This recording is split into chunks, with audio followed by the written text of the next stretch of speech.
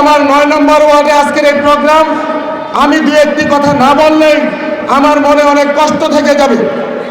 আপনারা জানেন এই ১৭ বছর খুনি শেখ হাসিনাকে ক্ষমতা থেকে নামানোর জন্য, সঠিক পথে আনার জন্য আমরা আজকের প্রধান অতিথি আলহাজ মোহাম্মদ গিয়াসউদ্দিন সাহেবের নেতৃত্বে অনেক আন্দোলন সংগ্রাম করেছি, অনেক রক্ত দিয়েছি। তারপরেও এই খুনি শেখ হাসিনাকে নামাইতে পারি নাই।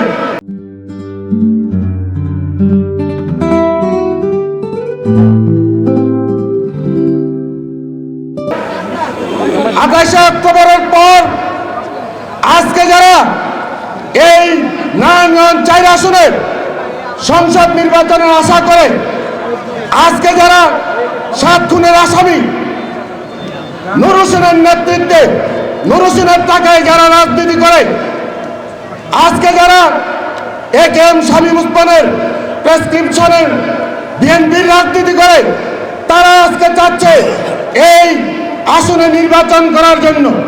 ২৮ অক্টোবরের পর তাদেরকে একদিনও খুঁজে পাইনি এই রাজপথে। ২৮ অক্টোবরের পর আমরা গিয়াসউদ্দিন সাহেবের নেতৃত্বে যারা রাজনীতি করি তারা এই রাজপথে ছিলাম। গত ২০২৪ সাল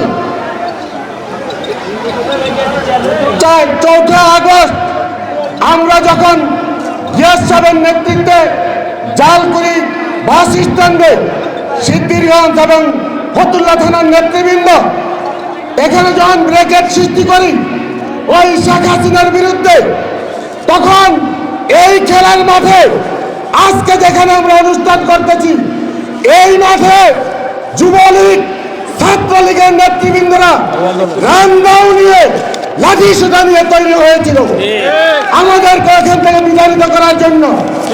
ইনশাআল্লাহ আল্লাহর রহমতে আজকের প্রধান অতিথি আলহাজ মোহাম্মদ গিয়াসউদ্দিন সাহেবের বিচক্ষণতা আমাদেরকে কিছু করতে পারে নাই। গত ৫ই আগস্ট এই দেশ যদি স্বাধীন না হতো, আমরা কোথায় থাকতাম আজকে?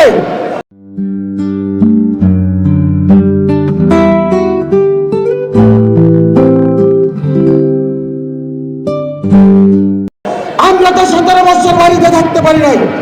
আজকের প্রধান অতিথি আলহাজ মোহাম্মদ গিয়াসউদ্দিন সাহেব ১৭ বছর ঘর সংসার ছেড়ে বাগড়ার জীবন যাপন করতে হয়েছে। কোথায় ছিলেন আপনারা তখন?